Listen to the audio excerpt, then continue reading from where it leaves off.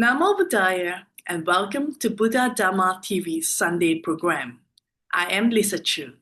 Today we will begin our program with a talk, a song, and a Dhammapada session. Today's Dhamma talk is by Bhante Shavati Dhammika from Australia. He took his lower ordination as a Theravada monk in India in 1976. He has since written over 35 books, many of which are available online at no cost. Bhante lived and taught in Sri Lanka and later in Singapore, where he was a spiritual advisor to the Buddha Dhamma Mandala Society. Bhante's book titled Good Question, Good Answer is a modern Buddhist classic and has been translated into 38 languages. He has also written extensively on pilgrimage in Buddhism. Bhante Dhammika has offered keen insights into the adaptation of Dharma into the West. After 45 years in Asia, he moved back to Australia in 2017, where he lives in semi-retirement and continues writing. Here is Venerable Bhante Shavati Dhammika to give part 2 of his Dharma talk titled, How do we explain the Buddha's miracles?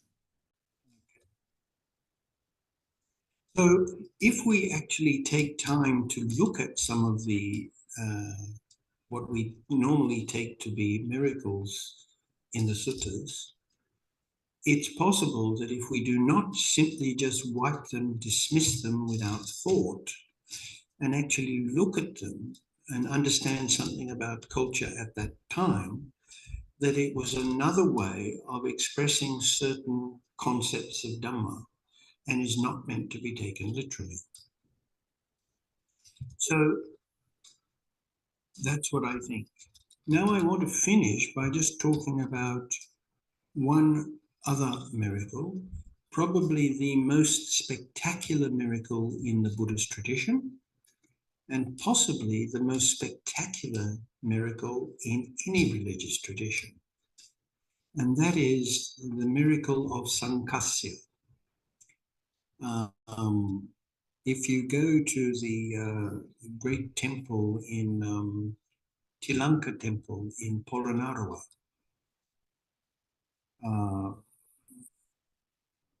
there is a painting on the wall at the back of the temple. I think it's called the Tilanka Image House. There was a large image there, very much ruined nowadays, but at the side of that is quite a spectacular painting of the Buddha on a ladder coming out of the clouds and descending on a ladder.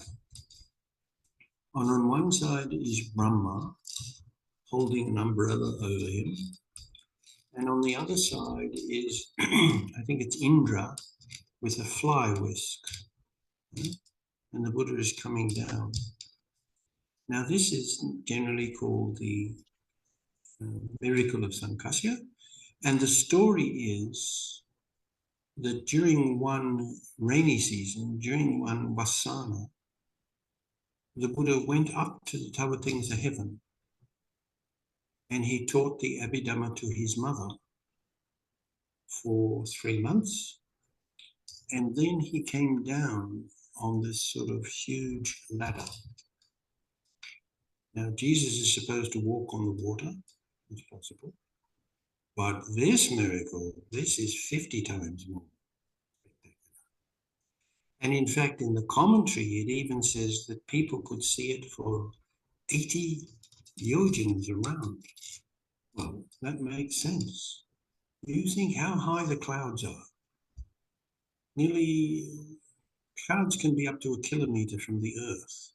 Now you imagine you're a farmer in your paddy field and one day you look up and you know, oh my God, look, a gigantic escalator. Oh, and look, there's a man. Oh, my goodness, it's the Buddha. Look at that, he's coming. That's pretty spectacular, you'd have to admit. That's not the sort of thing you forget quickly. It's a great story. And it is one of the most popular stories in Buddhist art and literature and poetry. and quite understandably so. And I've heard people very frequently make mention of it. The Buddha had these tremendous, miraculous abilities. There is, unfortunately, a problem with this story. It's not in the Tipitaka. It's only in the commentaries. Now, when I've mentioned this to people, they have become really quite agitated, sometimes even angry. And they say it's in the Abhidhamma. But it's not in the Abhidhamma either. Now, according to the story, the Buddha taught the Abhidhamma, and when he came back down to earth on this gigantic escalator, that he imparted the Abhidhamma to Sariputta. That's why Sariputta is believed to have been the best teacher of Abhidhamma. Now, almost all of the suttas in the Tipitaka start with the words Ewang me sutang ekang samayang bhagava savatiyang. Almost all suttas start by telling you where the Buddha was at the time he gave this sutta. Now you can look through the Abhidhamma. Nowhere does it say, thus have I heard, at one time the Lord was staying in the tower things of heaven, and when he came down from the tower things of heaven, he taught this to the Venerable Sariputta. Nowhere. Now, that raises a question. So if this story is not in the Tipitaka, that must mean at the first council, when Ananda mentioned all these particular suttas, that he forgot to mention that one. But is it credible that Ananda didn't know about this, or that he didn't remember it? And even if he didn't remember it, he'd forgotten that it had happened, surely one of the other 500 arahats must have either witnessed it, or at least heard about it, and reminded Ananda, hey, don't forget about that. But no, we have to come to the conclusion that although this is a fascinating story, it never happened. And if it had have happened, it would have been in the Tipitaka. It's in the commentaries, it's in the sub-commentaries, it's in Sanskrit literature, Buddhist literature, it's in Mahayana suttas, it's painted on the walls of temples, but it's not in the Tipitaka. So we have to come to the conclusion that some of the miraculous stories attributed to the Buddha in actual fact are myths, they're stories. Maybe they have a symbolic meaning, as we mentioned, but I think it's very important that we make a clear distinction between what is in the Tipitaka and what is later. That's the first thing. Second thing, I think we've got to make a distinction between suttas of a direct meaning and of an indirect meaning. And I think in the case of some of the miracles mentioned in the Tipitaka, perhaps we have to sometimes come to the conclusion that they were added later also. In other words, not all of them may have this symbolic and allegorical purpose and value. And if we do that, then we can focus more on the parts of the suttas that are credible, that clearly are direct meaning, that really teach things that are practical rather than worrying about or arguing about whether the Buddha had this psychic power or that miraculous power. If we can make these distinctions and maybe put these stories aside, that gives us more time and more space to pay attention to the things that really do matter. And with that, I'd like to finish. These are just some thoughts that I have on whether or not Buddha had miraculous powers. So if there's anything anybody would like to ask, or any comments you'd like to make, I'll do my best to answer them. Listen to your comments. Thank you very much, Bhante, for that fascinating and also very insightful Dhamma talk. Any questions? I'm sure there are a lot of questions. I'm also, there's one already. Samantha Jayatilaka from the UK. Thank you, Bhante, for a very interesting talk. Samantha, do you want to ask the question? Yeah, about the twin miracles, I'm sure about this. Samantha, why don't you unmute and ask the question? Go ahead. Yes, thank you, Dr. Manori, and thank you, Bhante. That was a really interesting session and quite thought-provoking. Who's talking? Sorry. Samantha. Oh, I'm Samantha Jayatilak. I see, right. And welcome.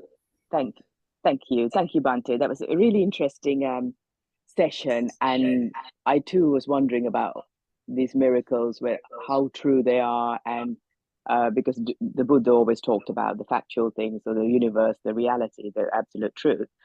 So I was quite interested. So my question, I've got 3 questions now. First of all, now when Bhante said that the Buddha, when he was born, he proclaimed, according to the story, that he was this is my last birth, etc. And then he obviously knew he was some special, I think. Then why is it that the Buddha, I was just wondering, went through all those years learning the Dhamma from scratch, even going through through the body, trying to, emancipation, and the extreme starvation, etc. He nearly lost his life as well. So to me, it seems that he was rediscovering the Dhamma from the start and going through trial and error. So as if he didn't have the pre-knowledge that he may have had had he according to the miracle. And secondly, my second question, also, why did the Buddha then decide to perform the twin miracle to the Sakyan clan? If he did, what was the purpose of that? And lastly, regarding the Abhidhamma, now, if Buddha didn't teach the Abhidhamma, and if it's not in the Tripitaka, where did the Abhidhamma come into being, and why is it so important and essential now, at the moment? Thank you, Bhante. Right. I'll take the last question first. I didn't say the Abhidhamma isn't in the Tipitaka. It is in the Tipitaka. What I said was, nowhere in the Abhidhamma does it mention that the Abhidhamma was taught in the Tavatimsa heaven. You understand? So did the Buddha actually teach the Abhidhamma then? That's most scholars say no, because, for example, we have an account of the first council, and it clearly mentions there that the suttas were discussed and the Vinaya was discussed. It doesn't mention anything about the Abhidhamma. But I want to make, this is very important too. Just because things are not mentioned in the Tipitaka doesn't mean that they're not true. Okay. So I'm not an expert in the Abhidhamma, but to the best of my knowledge, there is nothing in the Abhidhamma that contradicts what's in the Sutta. It seems that the Abhidhamma is a stripped down form of the Dhamma. It has taken the essentials of the Dhamma. It's taken the essentials of the Dhamma and just put them in easy to remember lists. So the difference really between the Abhidhamma and the Suttas is one of presentation, not of meaning. So most scholars believe, and I agree with them, that it is an early form of a way of presenting the essentials of the Dhamma so that it probably could be remembered more easily. So that's to your last question. What was your second question again? why Buddha performed the twin miracle Oh, with right. Saki and clan? What was the reason? Well, do you know where in the suttas that is mentioned? No, Bante, but that's what It's is it not in Pari something? Oh, is it not? No, no, it's the not Fire it's not. Sutta or something. No, I'm not No, sure. No. that's the Aditya Pariyaya Sutta. Yes. No, the Yeah. twin Okay. miracles is not mentioned in the sutta. It's like the miracle of Sankasya. It's a later legend. Or Ah. if it happened for some reason or another, the 500 Arahats completely forgot to mention it because it's not in the Tipitaka. Ah. So it didn't happen then. So that Well, didn't happen then. The twin miracle. it would seem Yeah. to be that's the case. Yeah. Ah. What was your Lovely. first Thank you, Bante. And why, if Buddha, thank you, Bante. And why did Buddha, if he was born and he said, "I'm the Buddha, that this is my last birth," why did he go through all those years of rediscovering the Dhamma and going through all the procedures to, to learn the Dhamma, to teach the Dhamma, and then he starved himself, etc. All this, right, yeah, okay. miracles, yeah. Well, that probably he didn't know, not consciously anyway.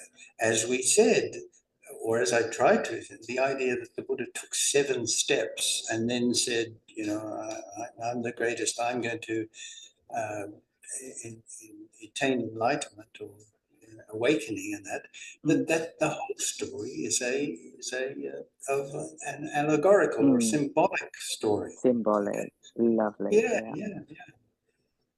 Lovely, So, thank you. so I think this is why it's so important, because obviously people who take the Dhamma seriously sometimes are in a quandary about these things. And I think for the most part, as I try to understand it, that we must not confuse what is very clearly allegorical with being what actually happened. It's not always the case. Brilliant. Thank you, Bante. That's really good to know. Right. Thank you. Sadhu. Thank you for your questions. Okay, anybody else? Don has a question. Don De Silva. Yes, hello, Don. Nice to see you again. Don, you're muted. We can't hear you.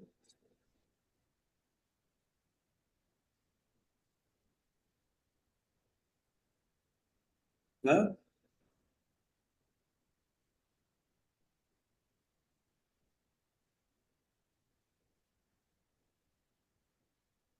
Okay, Don, can you demute yourself? Can you hear me now? Okay, it's a miracle. All right. Thank you, Bante. That was a very interesting discourse that you gave, absolutely clinical. So thank you so much. Oh, thank you. Good. I'm glad you found it useful. You've, as an environmentalist and having spent often hours in wildlife national parks, particularly in Africa, the idea of Iddhi does not surprise me. Because, for instance, I have witnessed lionesses, 3 of them hunting. How do they, approaching from different directions, go onto the same target? Right. And there are reels and reels of film footage on this online, and Attenborough has shown reels and reels of this. So the idea of the telepathic kind of communication that Telepathy, yeah. between lionesses and often at times between cheetahs and so on, I think that evidence is there. You have very rightly discerned what is the kind of 2 different words in the end. Is it Patiharya? Yes, that's right. Patiharya, yes. I also have an added possibility that, as with Greek mythology, the Buddha may have used sometimes stories because he taught in many ways different things to different audiences. So I often notice whom did he give Who was he a speaking particular to at the time? at the Yes. time, yes. So I'm just wondering whether the mythical elements, because it's not just the miracles, there are quite a number of suttas where there are conversations with gods. Right. Such a, for instance, the Lord of the gods coming and having a chat with the Buddha saying, why is it that people are fighting amongst each other? And he That's the Sakkapanna Sutta, yeah. Right. Indeed. So you have the Sakkapanna Sutta, and then you have the hardcore Yoniso Manasikara Sutta, which is about the rational application of the mind. And then you have the other story of Kis Gautami, where Kis Gautami comes and asks the Buddha, well, could you please try and bring my child back from death? And the Buddha then gives her a very rational way of getting her to realize her situation. So I'm just wondering whether at times he used, in the Greek mythological sense, stories to impart Dhamma, the meanings of Dhamma to certain different audiences. That's one other thing. The other possibility that I also feel is that the Mahayana suttas, I have difficulty with quite a lot of the Mahayana suttas in that they seem to be embellished with bells and whistles. And when you read the Tipitaka and you read most of the suttas, and your mindset is often fashioned by those suttas that are very clinical and straightforward.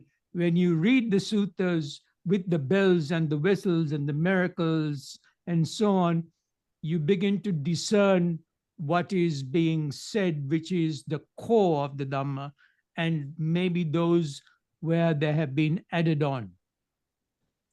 Okay, well, yes, I agree with you, what you mentioned there. But I'm going to add another thing too. There is a phenomenon called charisma.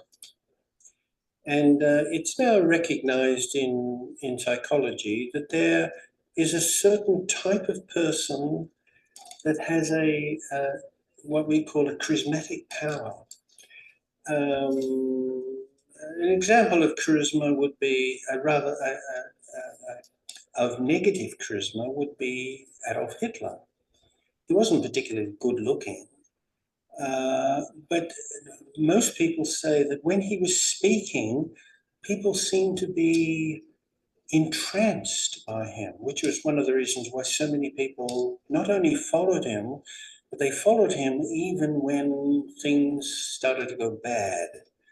And there have been other characters in history. They seem to have a sort of, it's not a magical power, anything like that. It's got to do with their status, maybe. Usually when people have sort of power, good looks, etc., and are believed to be experts in particular subjects and whatever, and they can speak well, it seems to impart a certain power to people.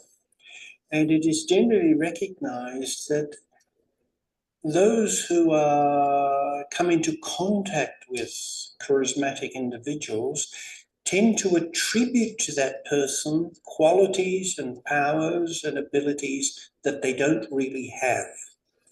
Now, in this book that I did recently about Footprints in the Dust, where I looked at everything, I didn't look at what the Buddha taught. There's plenty of books on that subject and some very good ones. All I wanted to do was go through the Tipitaka and pick out everything it said about what the Buddha was like as a person, how he behaved, etc. And you certainly get the impression that he was an extremely charismatic person. So I think it is quite possible that people attributed to the Buddha powers that he didn't have. Our next item is a music to calm our mind. It could also be a method of concentration. Well, here it is for you to enjoy a bit of calmness through music.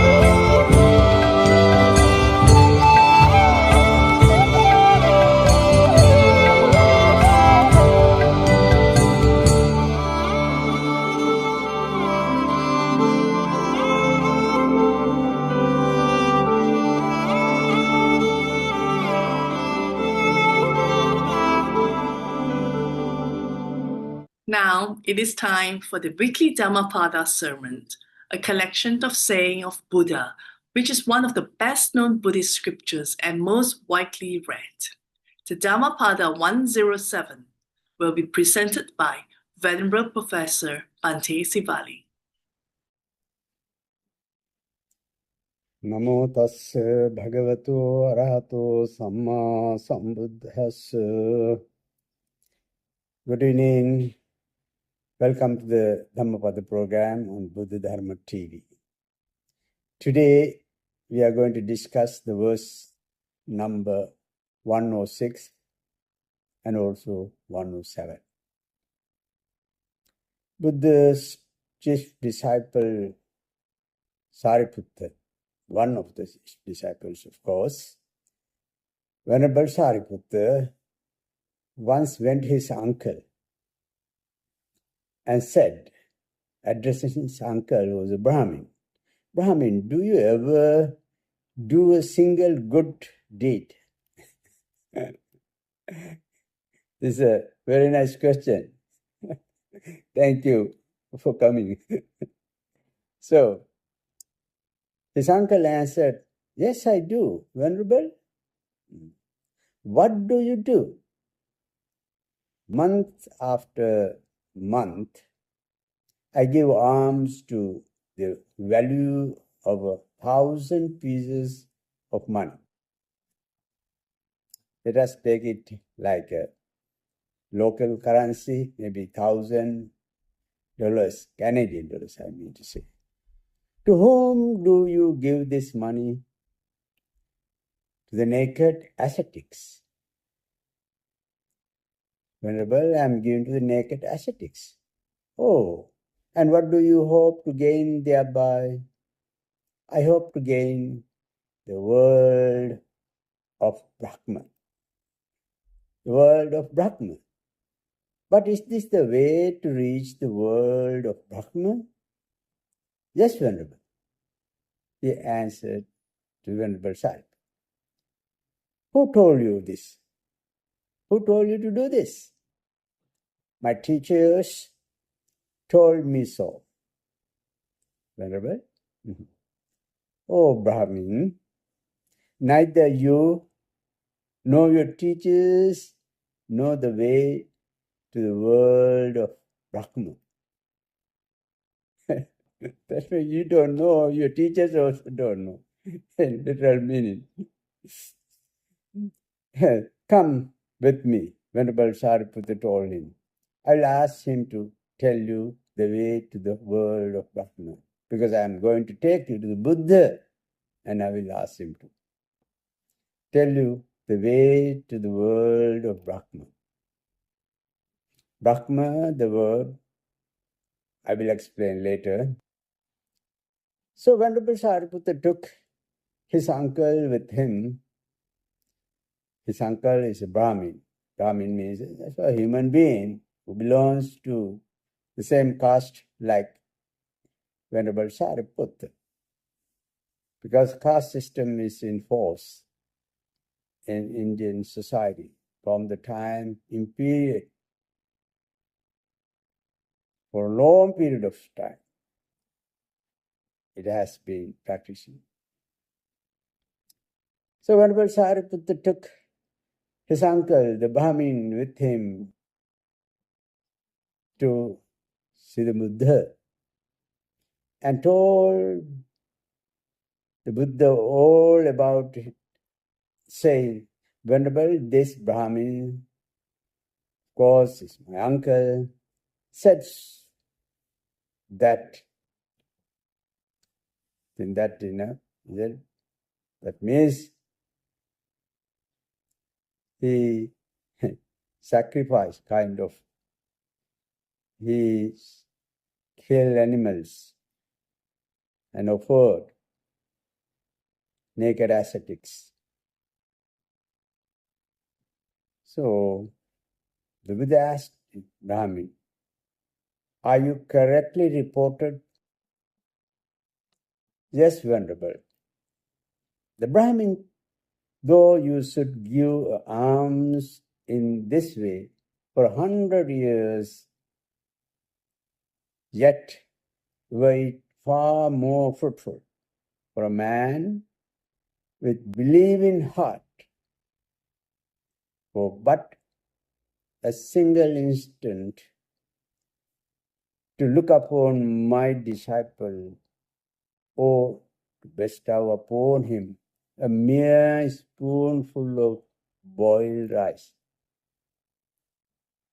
So you see, that Buddha is saying that one may make sacrifices every month for 100 years, but the honor paid to one spiritually developed person for one moment is greater than oblations made for 100 years. So the sacrifice, animal sacrifice, and one may make sacrifices every month, but for 100 years. But the honor paid to one spiritually developed person, even for a moment, is greater than oblations made for 100 years. You see that? For 100 years. So this was the explanation of the Buddha. And not only that, then Buddha goes on to explain it. He said, a person may perform fire worship rituals in the forest for 100 years. The fire worship, there's a rituals for 100 years, yet for a person who adores just for one moment, a self-restrained, disciplined arhat, enlightenment, that moment's adoration of the arhat is far nobler than the fire worship of 100 years. For 100 years.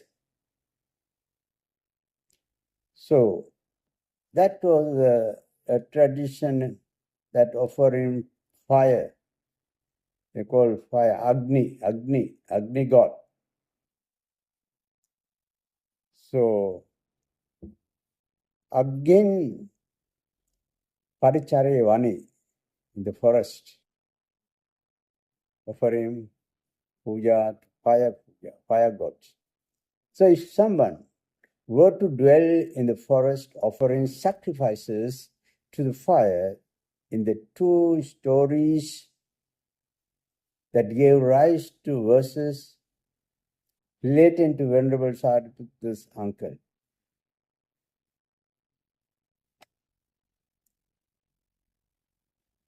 his nephew, and his friend. The sacrifices sanctioned by the Vedic Hindu practices of the Buddha's day are referred to here in this verse that I just recited. So chief disciple Sariputta's nephew is told that offering sacrifices to fire god, dwelling in the forest, is a futile pursuit. If he intends to attain higher spiritual goals through that rite, the teachings of the Buddha emphasizing inner purity and unblemished conduct exercised a strong force against contemporary systems that sought to achieve liberation through externalized practices like fire worship. In the instance of this stanza, the fire worship takes place in the forest.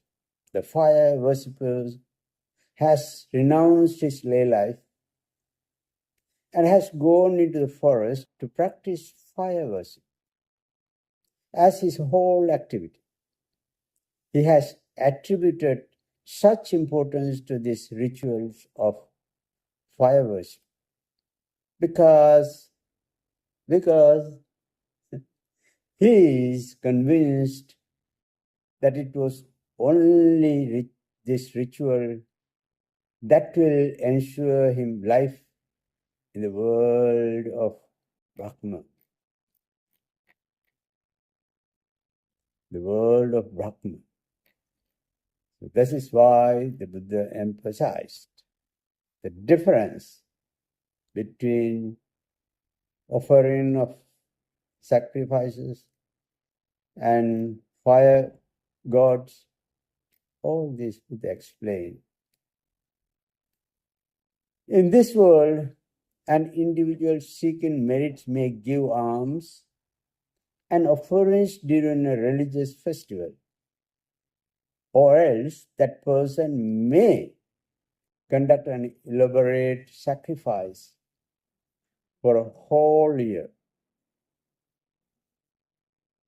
But the merits from all those activities put together is not even 1/4 the merit one gets by paying homage to person who walks straight. To walk straight means an arahant, enlightened one. As we discussed, mentioned several times, the word Brahmin in these 2 verses, I want to explain a little bit about the word Brahmin. Brahma, in several verses of this chapter, references are made to Brahma besides the stories that have occasioned the pronouncing of several of these stanzas to have to do with those who practiced various rites and rituals with the intention of attaining the Brahma world. What is the Buddhist attitude to concept of Brahma and the Brahma worlds? In the Dhammacakkappavattana Sutta, Buddha's first sermon, the turning of the wheel of righteousness, reference is made to Brahma worlds. Brahma worlds. It has made clear references. In one part of in the Dhammacakka, I say, having heard this voice, Chatu Maharajikanam Devanam Saddam Sutva, like this, having heard the Devas, Chatu Maharajika, Tavatimsa, Tusisa, and the likes, names mentioned in divine words. There are existence of believers and also divine words. But Buddha does not teach that there is a God with a superior power. There is God, not a creator. Buddha denies it.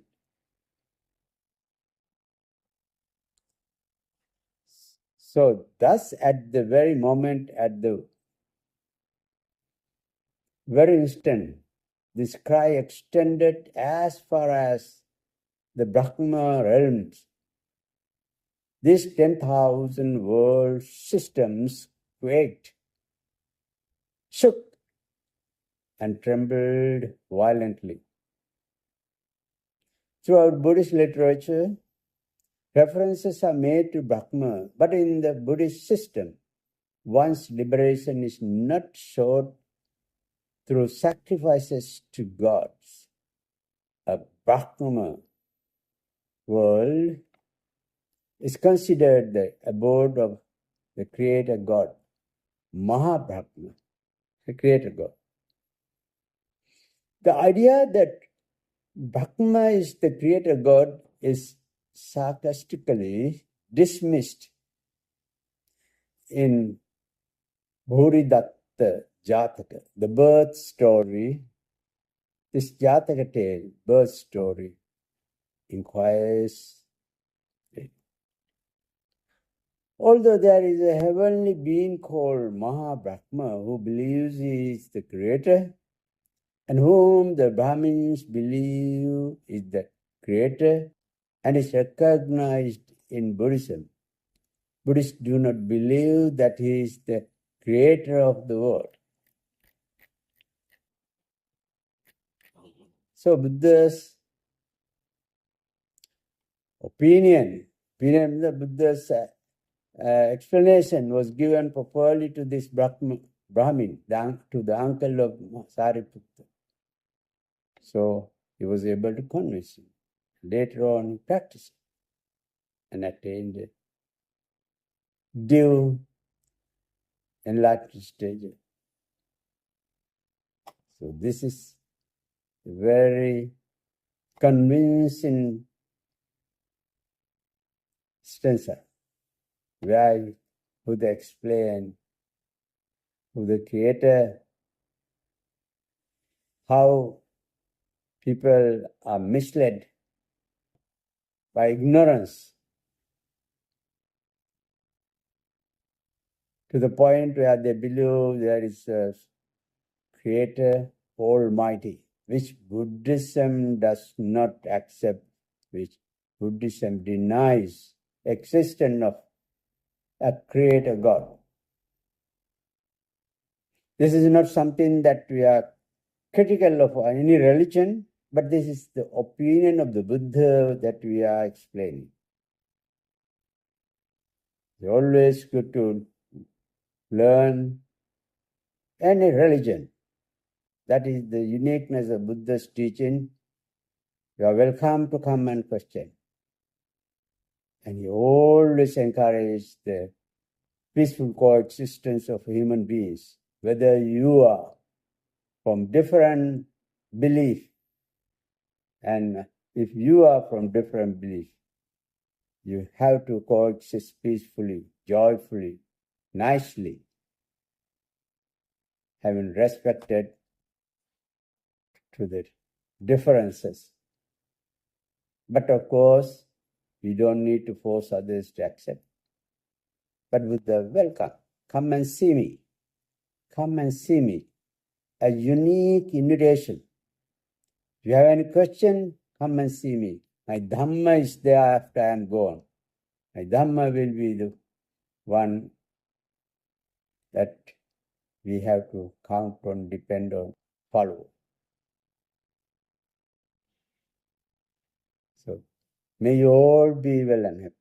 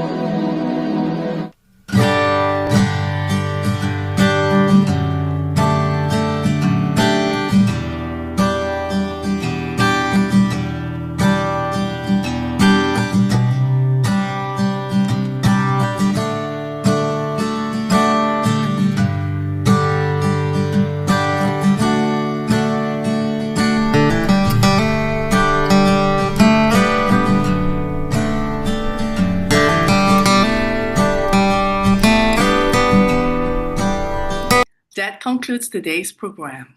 If you have any questions about the contents of our broadcast, please feel free to reach out to us at info@bdtv.com.